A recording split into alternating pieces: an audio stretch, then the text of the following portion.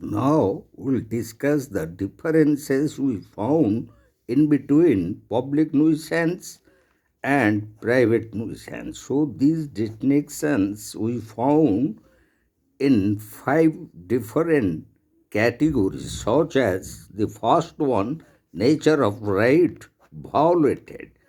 So, regarding as to nature of right violated, a public or common nuisance affects the public at large or some considerable persons thereof, while private nuisance affects one person or a determinate body of persons.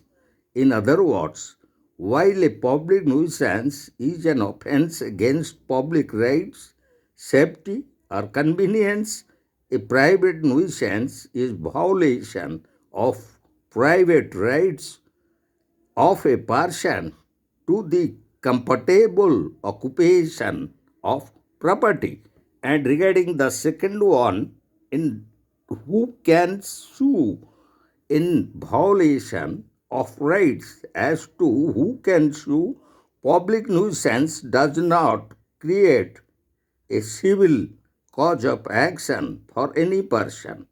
An action cannot be maintained by private individual in his own name in respect of a public nuisance, except under three circumstances: specific damage, injury must be substantial, and the injury must be direct and not merely consequential. On the other hand, in private, nuisance is actionable at the suit of any person in possession of property. So now we'll go to the third one. What kinds of remedies are available in both public nuisance and private nuisance? So an action for damages lies in respect of a private nuisance but not in public nuisance unless the plaintiff has sustained a special damage. In case of public nuisance, the action generally is for declaration and injunction. And now we'll go to the fourth one regarding abatement of such offense.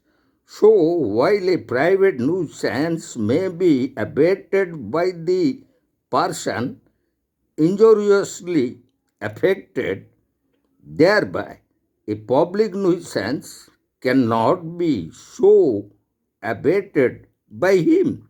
And the last one, that is regarding the jurisdiction of criminal court and civil court, regarding public nuisance or private nuisance. In case of public nuisance, the remedies are available to the aggrieved person both in criminal court and civil court.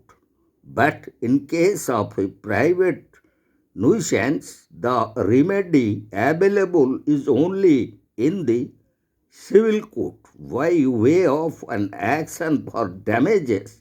But in neither case, no action will lie for a nuisance unless it is the case of actual damage to the plaintiff, because no man is bound to prevent the escape from his land of things which do not harm. So these are the distinctions or differences that we found in between public nuisance and private nuisance.